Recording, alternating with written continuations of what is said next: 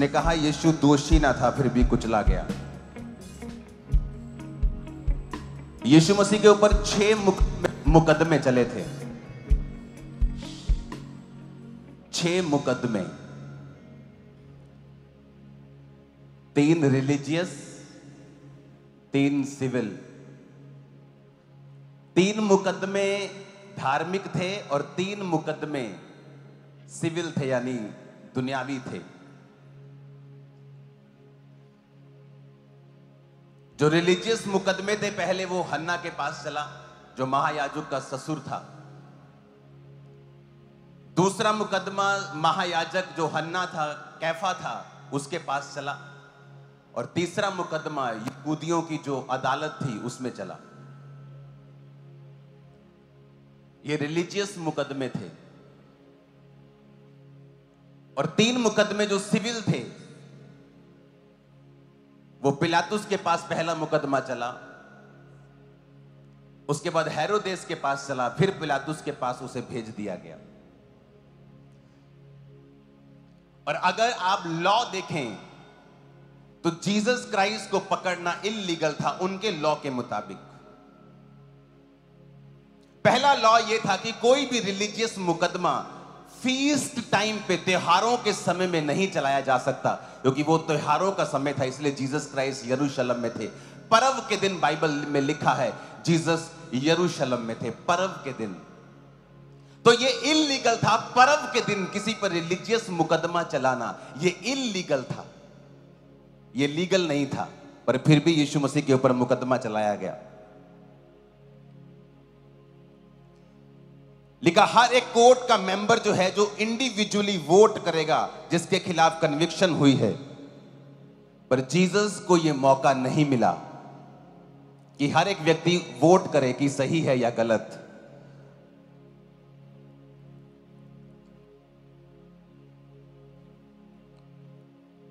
अगर death penalty दी जाती है तो वो रात के समय में उसको देना एक इल्लीगल काम था। जिसको जो अक्यूज्ड है उसको एक वकील देना उनका काम था, लेकिन जीसस को वो नहीं दिया गया था।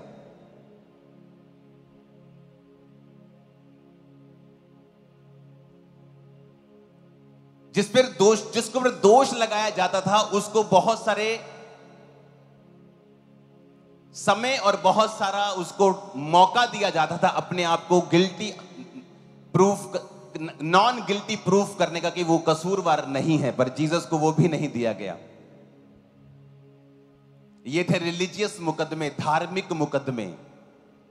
और जब सिविल मुकदमा यीशु मसीह पे चला तो पिलातुस कहता कि अगर तू मुंह से कह दे कि ये सारी बातें झूठी हैं तो तेरे ऊपर कोई मुकदमा नहीं चल सकता, क्योंकि इनके पास कोई भी प्रूफ नहीं है। वो बार बार उसे बचाने की कोशिश करता गया और कहता गया ये बरअब्बा है, ये डाकू है जिसने तुम्हारे लोगों को मारा है, इसे छोड़ दूं कि जीसस को छोड़ दूं। फिर वो कहते नहीं, जीसस को क्रूस पे चढ़ा, तू इसको छोड़ दे। पिलातुस फिर बड़ा हैरान हुआ। हेरोदेस ने भी परमेश्वर का मजाक उड़ाया और उसको पागल कहा। 6 मुकदमे जीसस क्राइस्ट के ऊपर चलाए गए, जिनमें से एक पर भी वो दोषी नहीं था। आज उस समाज में जिसमें आप रहते हैं, क्या है गुड फ्राइडे मैसेज? जिस दुनिया में आप रहते हैं आपके साथ धक्का होता है, अन्याय होता है, आपकी फैमिली के द्वारा, आपके लोगों के द्वारा, आपके समाज के द्वारा, आपके आसपास रहने वाले लोगों के द्वारा, बड़े लोगों के द्वारा, किसी के भी द्वारा। और तभी जीसस ने मैसेज दिया है, दुनिया के थके हारे और बोझ नीचे दबे लोगों, मेरे पास आओ, मैं तुम्हें विश्राम दूंगा। अगर तुम मुकदमों से थक चुके हो, फॉल्स एक्यूजेशन से, झूठी तुम पर लगाई जाती हैं तोहमतें, तुम थक चुके हो, तो मेरे पास आओ, क्योंकि वो सारी चीजें मैंने तुम्हारे लिए सही हैं। और आज मैं आपको बता रहा हूं, जो विश्वासी मुकदमों के नीचे हैं, प्रभु ने आज मुझे कहा आप आजाद होने जा रहे हैं बड़ी विक्ट्री के साथ। क्योंकि जीसस ने आपके लिए सह लिया है। अगर उसने सिर्फ लहू बहाना होता तो वो आता, कोई उनको तलवार मार देता या उनको कुछ मार देता, वो लहू बहता और वो आपके और मेरे पापों की माफी का इंतजाम हो जाता। लेकिन बाइबल कहती है कि जीसस ने बिल्कुल राइट, बिल्कुल हर एक चीज का प्राइस पे किया है जीसस क्राइस्ट ने। उसने टॉर्चर सहा, 6 ट्रायल सहे, और बाइबल कहती है, मैं आपको कल भी ये बात बता चुका हूं, उसने मेंटल टॉर्चर सहा। कहां पर? गतसमनी के बाग में। गतसमनी का मतलब है ऑयल प्रेस, यानी तेल को प्रेस करने वाली मशीन। कि जब आप तेल में बादाम डालते हैं, ऑलिव डालते हैं, उसको पीसते हैं तो नीचे से तेल निकलता है। क्यों परमेश्वर ने गतसमनी बाग को चुना? क्योंकि परमेश्वर को मालूम था कि उसे भी ऑलिव्स की तरह, जैतून की तरह प्रेस किया जाएगा और वो ऑयल, वो मसा, वो ग्रेस निकलेगी जो तुम्हारे लोगों के लिए होगी। उसे मालूम था। और वचन कहता है कि जब वो गतसमनी बाग के अंदर था तो वचन कहता है, जब आप पढ़ते हैं कि यीशु मसीह का जो पसीना था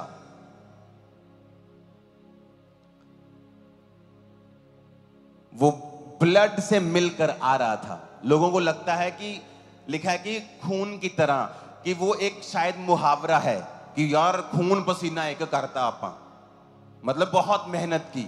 उनको लगता है कि शायद जीसस क्राइस्ट बहुत ज्यादा प्रार्थना में थे, कि मतलब ऐसा उन्होंने एज ए शाब्दिक एक इल्यूजन क्रिएट की है कि जीसस क्राइस्ट का पसीना ना लहू की माफिक निकल रहा था। लेकिन ऐसा नहीं था, ऐसा नहीं था। मैं आपको वचन से समझा सकता हूं।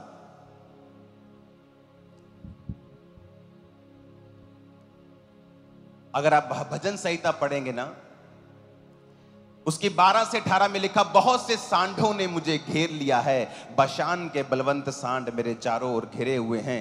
वे फाड़ने वाले और गर्जने वाले सिंह के समान मुझ पर अपना मुंह पसारे हुए हैं। मैं जल के समान बह गया, मेरी हड्डियों के जोड़ उखड़ गए, मेरा हृदय मोम हो गया, वह मेरी देह के भीतर पिघल गया, मेरा बल टूट गया, मैं ठीकरा हो गया, मेरी जीभ मेरे तालू से चिपक गई, और तू मुझे मारकर मिट्टी में मिला देता है।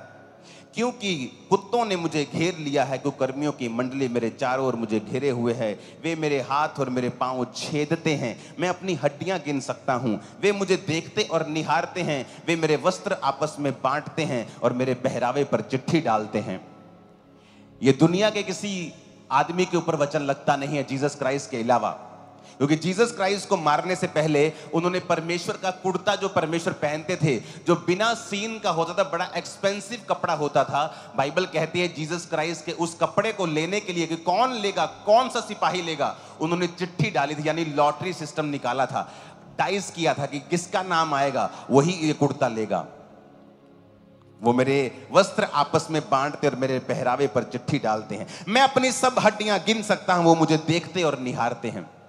वचन कहता है कि जब यीशु मसीह के ऊपर कोड़े लगाए गए थे, 39 कोड़े पड़े थे, अगर आप उन कोड़ों को देखेंगे तो वो कोड़े ऐसे निकले हुए होते थे और उनमें चमड़ा और लोहा और उसके ऊपर हड्डियों के टुकड़े और मांस और धातु के टुकड़े तीखे करके लगाए होते थे, कि जब वो एक कोड़ा पड़ता था तो वो मांस को नोच के बाहर निकालता था और यीशु मसीह की पीठ से लेके, बैक से, बटक से लेके नीचे पांव तक, नीचे तक वो पूरा छील दिया गया था और हड्डियां नजर आ रही थी, मांसपेशियां फट गई थी, मांस फट गया था। हड्डियां आप गिन सकते थे, जीसस क्राइस्ट की हड्डी टांग की, ये हड्डी पीठ की, पसलियां आप गिन सकते थे, देख सकते थे कि बाइबल कहती है कि वो उसकी सुंदरता आदमियों की जैसी नहीं रह गई थी। ये तो दाऊद के भजन संहिता है, जीसस क्राइस्ट के जन्म से कितने हजार साल पहले की ये बातें हैं। उसने कहा मेरा बल टूट गया, ठीकरा हो गया। उसने कहा मैं जल के समान बह गया, मेरी हड्डियों के जोड़ उखड़ गए।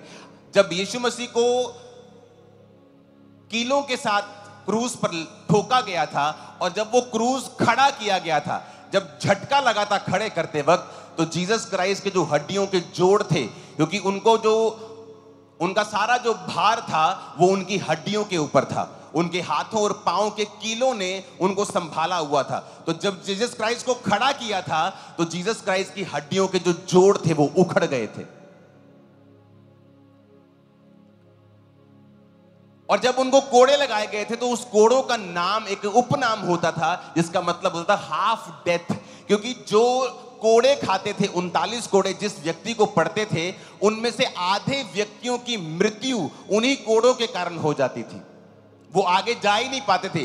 जिसको कोड़े पड़ते थे, अगर मान लो थोड़ा बहुत माड़ा मोटा बंदा कमजोर है, वो 39 कोड़ों में ही अपना दम तोड़ देता था, क्योंकि ब्लड, फ्लैश, मांसपेशियां जब फटती थी तो वो उन्हीं कोड़ों की मार से वो मर जाता था। और वचन में लिखा हुआ है कि परमेश्वर ने कहा, मेरा हृदय मोम हो गया, वह मेरी देह के भीतर पिघल गया। आपको लगता है कि परमेश्वर कोई शाब्दिक बात कह रहे हैं, इस तरह लोग बोलते हैं कि यार मेरा दिल टूट गया। नहीं नहीं नहीं, ये परमेश्वर सचमुच कह रहा है, क्योंकि जब जीसस क्राइस्ट को क्रूस के ऊपर चढ़ाया गया तो उनकी मौत इस कारण हुई कि जब क्रूस के ऊपर चढ़ाया गया तो उनकी हड्डियों के जोड़ उखड़ चुके थे और उनका सारा भार हाथों और पांव के कीलों पर था और उनको सांस लेने में दिक्कत थी। और जब एक व्यक्ति क्रूस पर होता है और सांस नहीं ले पाता तो उसका जो हार्ट होता है वो ऑक्सीजन नहीं पहुंचा पाता, और जीसस क्राइस्ट के हार्ट के फटने के कारण उनकी मृत्यु हुई थी। क्योंकि ऐसी जो दूसरे दो लटकाए गए थे वो अलग तरह से थे, वो मरे नहीं थे, लेकिन जब जीसस क्राइस्ट की शाम को मृत्यु होती है तो लोग बताते हैं कि वो मर गए।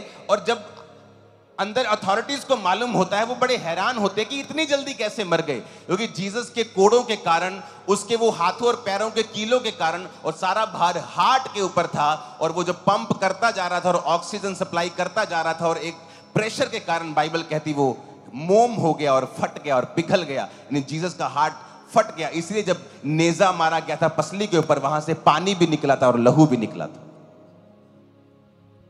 मैं ये क्यों चीजें आपको बता रहा हूं, क्योंकि जीसस ने आपके लिए परफेक्ट प्राइस पे किया है। और अगर आप उसकी इन सब चीजों को अगर आप मेडिकली प्रूफ करना चाहेंगे, आप इसको प्रूफ भी कर सकते हैं जो मैंने कहा है। हालेलुया। और जब जीसस क्राइस्ट के ब्लड पसीने से निकल रहा था, जब गethsemane बाग में थे, उसका मेडिकल नाम है हेमाटिड्रोसिस। हेमाटिड्रोसिस इसमें लिखा है tiny blood vessels in the skin break open, कि जो ब्लड वेसल्स हैं आपकी स्किन के छोटे छोटे, blood inside them may get squeezed out through sweat glands, कि जो पसीने वाले ग्लैंड्स हैं ब्लड उनमें चला जाता है और वो फट जाता है और स्किन के स्ट्रक्चर से वो बाहर आने लगता है। इसका नाम है, और वही जीसस को हुआ था। वो स्ट्रेस इस बात का कि परमेश्वर मुझे कल जब मैं क्रूस पे लटकाया जाऊंगा तो वो मुझे छोड़ देगा, ये कुर्बानी थी परमेश्वर की। इसलिए आज जब लोग मसीह में आते हैं, दूसरे लोगों के लिए वो धर्म परिवर्तन होता है, लेकिन उनको ये मालूम नहीं होता, जो मसीह में आता है वो स्वीकार करता है कि प्रभु तूने मेरे लिए वो स्ट्रेस जो सही, वो इतनी थी कि तेरा ब्लड, पसीने के ग्लैंड्स जो होते हैं, अब मेरे को अगर पसीना आ रहा है तो वो फट गए थे अंदर से और ब्लड पसीने के साथ मिलके बाहर आ रहा था। वो स्ट्रेस परमेश्वर ने झेला, और इसलिए जब आप जीसस क्राइस्ट को उद्धारकर्ता मानते हैं और कबूल करते हैं, वो स्ट्रेस आपकी लाइफ से खत्म हो जाता है, क्योंकि परमेश्वर ने आपके लिए प्राइस को पे कर दिया है।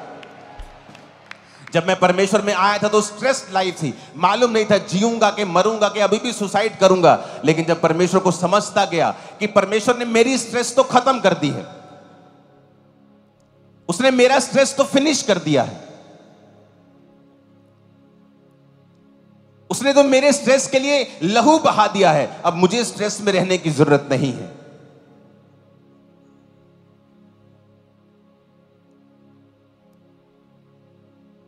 उस पे 6 मुकदमे चलाए गए, सारे इल्लीगल थे, उन्हीं के मुताबिक इल्लीगल थे, लेकिन परमेश्वर ने उन मुकदमों को सहा, वो मारा गया और तीसरे दिन शैतान का तमाशा बना के वो जी उठा। और मैं आपकी लाइफ के ऊपर आज भविष्यवाणी कर रहा हूं कि आपके मुकदमों का परमेश्वर तमाशा बनाने के लिए जा रहे हैं इसी साल और अगले साल, और कोई दुनिया की ताकत आपको हरा नहीं पाएगी यीशु मसीह के सामर्थ्य नाम। क्योंकि जीसस ने इल्लीगल मुकदमे हमारे लिए सह लिए, उसने स्ट्रेस हमारे लिए सह लिया है, बीमारियों के लिए कोड़े खा लिए हैं। बाइबल कहती है यशाया 52 उसकी 14 आयत में कि उसकी जो सुंदरता थी, बहुत से लोग उसे देखकर चकित हुए क्योंकि उसका रूप यहां तक बिगड़ा हुआ था। यशाया 52 उसकी 14 आयत, क्योंकि उसका रूप यहां तक बिगड़ा हुआ था कि मनुष्य का सा ना जान पड़ता था, उसकी सुंदरता भी आदमियों किसी नहीं रह गई थी। आपकी लाइफ खराब हो जाती है कई बार, किसी की मैरिड लाइफ खराब होगी, उसके पति ने उसकी जिंदगी को खराब कर दिया, हराम कर दिया, खत्म कर दिया। किसी के पार्टनर ने, बिजनेस पार्टनर ने उसको खत्म कर दिया, उसको फंसा दिया।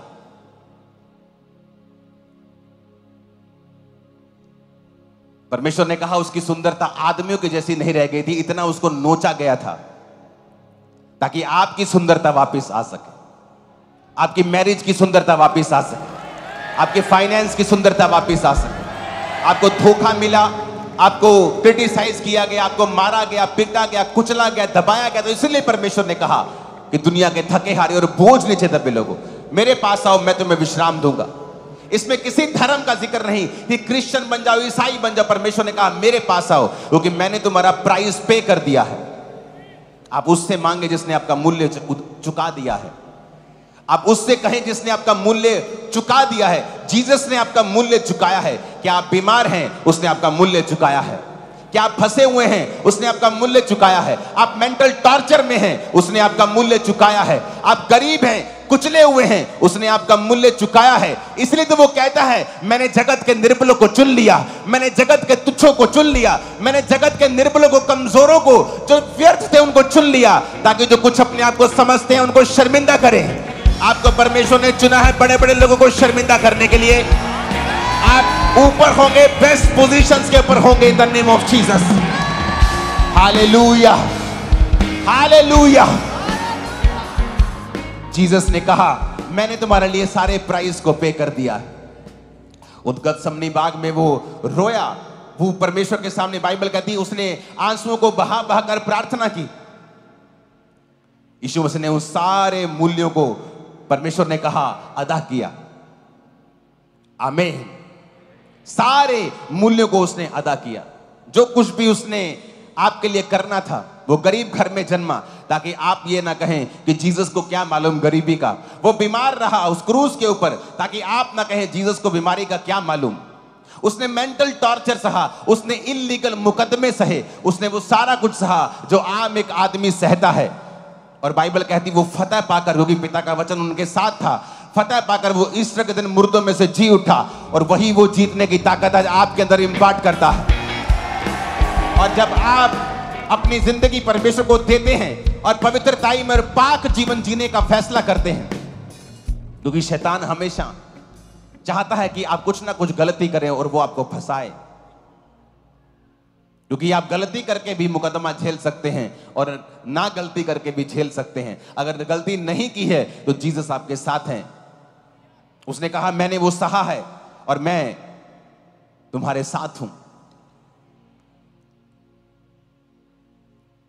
ये जीसस का एक ऐसा शब्द नहीं मेरे पास बोलने के लिए, एक ऐसा सैक्रिफाइस, एक कंप्लीट मार्वलस, एक सोचों से परे एक ऐसा सैक्रिफाइस। इसीलिए दुनिया में लाखों कुर्बानियां हुई हैं। अगर एक एक कुर्बानी को हम चेलों की कुर्बानियों से लेके कलीसिया में जो लोग शहीद हुए हैं परमेश्वर का, अगर उनको मनाना शुरू करें तो रोज हमें हजारों शहीदी दिवस मनाने पड़ेंगे। रोज इतनी कुर्बानियां हैं मसीहत में। लेकिन जीसस की कुर्बानी अगर आप ध्यान से देखेंगे, कोई आपको आसपास भी नजर नहीं आएगा। पतरस कहता मुझे अगर कुर्बान करना है ना तो मुझे क्रॉस उल्टा करके कुर्बान करो, मैं जीसस की तरह कुर्बान नहीं होना चाहता हूं, क्योंकि जो जीसस ने कर दिया वो किसी ने नहीं किया। आप पिक्चर्स में देखो, सब बड़े बड़े ओटीटी प्लेटफॉर्म के ऊपर जब जीसस क्राइस्ट के क्रिसमस का समय आता है तो सेंटा क्लॉज दिखा रहे होते हैं। अरे सेंटा क्लॉज तो मेरे जैसा हो सकता है, कोई आदमी हो जो कोई अच्छे काम दो चार कर रहा हो, लेकिन आप उसके नाम पर क्रिसमस नहीं मना सकते। आप अंकुर नरूला के नाम पर क्रिसमस नहीं मना सकते। मैं परमेश्वर नहीं हूं, मैं आपके जैसा मनुष्य हूं। लेकिन फ्यूचर में होगा ऐसा कि जब क्रिसमस आएगा, लोगों को जीसस क्राइस्ट के बारे में मालूम होगा। लोग उठेंगे, ऐसे लोग उठेंगे जो बताएंगे रियल सुसमाचार क्या होता है, कि जीसस ने किसी धर्म के लिए जान नहीं दी है, किसी खास व्यक्ति विशेष, किसी जाति के लिए जान नहीं दी है। उसने कहा मैंने तुम्हारे लिए जान दी है। तुम पिछड़े हुए हो, तुम पर जुल्म किया गया है, तुम दुखी हो, बीमार हो, तुम फंसे हुए हो, कलेश में हो, तुम कुचले हुए हो, तुम मेरे पास आओ, मैं तुम्हें विश्राम दूंगा। तुम्हारा मूल्य अदा कर दिया गया है। तुम्हारी गरीबी के लिए मैंने मूल्य अदा कर दिया है, बीमारी के लिए कर दिया है, मेंटल टॉर्चर के लिए कर दिया है, मैंने तुम्हारी सिकनेस के लिए, तुम्हारे डिप्रेशन के लिए, मैंने हर एक चीज के लिए तुम्हारे मूल्य को अदा कर दिया है। अब तुम्हें सिर्फ आना है और बोलना है प्रभु यीशु मसीह आप मेरे उद्धार करता है, मेरे जीवन में आए, मैं आपकी कुर्बानी को रिसीव करता हूं, आपकी कुर्बानी को स्वीकार करता हूं, मेरे जीवन में आए और प्रभु मेरे जीवन में काम करे। मैं अपना जीवन आपको देता हूं, आप बपतिस्मा ले और उद्धार पाएं। फिर देखें कि जो जीसस ने आपके लिए कुर्बानी दी है वो आज भी ताजा है, उसका लहू आज भी ताजा है। कैसे वो आपको छुड़ाता है शैतान के बंधनों से, कैसे वो छुड़ाता है आपको बीमारी के बंधनों से, कैसे वो छुड़ाता है आपको फॉल्स केसेस से। वो आपको छुड़ाएगा और आजाद करके अपने लोगों के बीच में लेके आएगा। आमीन। मेरे को खड़े करने वाला और साथ चाहिए यीशु मसीह के नाम।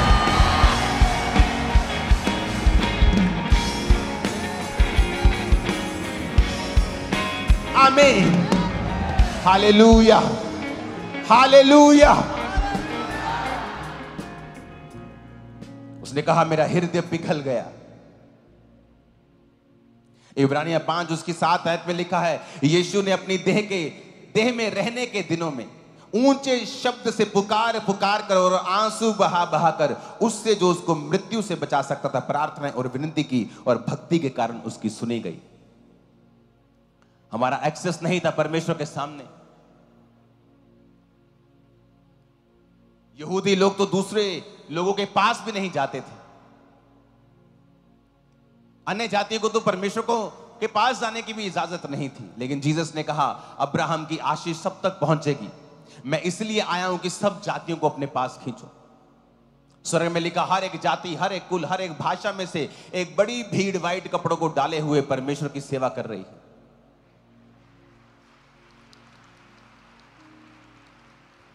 हालेलुया। ऊंची आवाज में हालेलुया बोलो जरा, ऊंची आवाज में हालेलुया।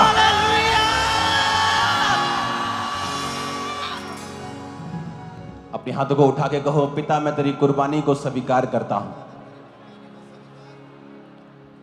आपको अपना उद्धार करता ग्रहण करता हूं, क्योंकि ऐसी कोई चीज नहीं, ऐसा कोई दुख नहीं, मानसिक, शारीरिक, आत्मिक, किसी भी तरह का जिसके लिए प्राइस नहीं पे किया हो, जिसका मूल्य तूने अदा ना किया हो। मैं संपूर्ण छुटकारा पा चुका हूं, संपूर्ण मूल्य देकर मेरे छुटकारे का इंतजाम हो चुका है। जो खुदा ने किया है, जो प्रभु ने किया है, प्रभु यीशु मसीह ने किया, जो किसी धर्म को बदलने के लिए नहीं, जीवन देने के लिए आया। एक ऐसा जीवन जो सच्चा है, शांति से भरा, आशीषों से भरा, ऊंचाई से, इज्जत से, चंगाई से, बरकतों से भरा हुआ है। Thank you Lord.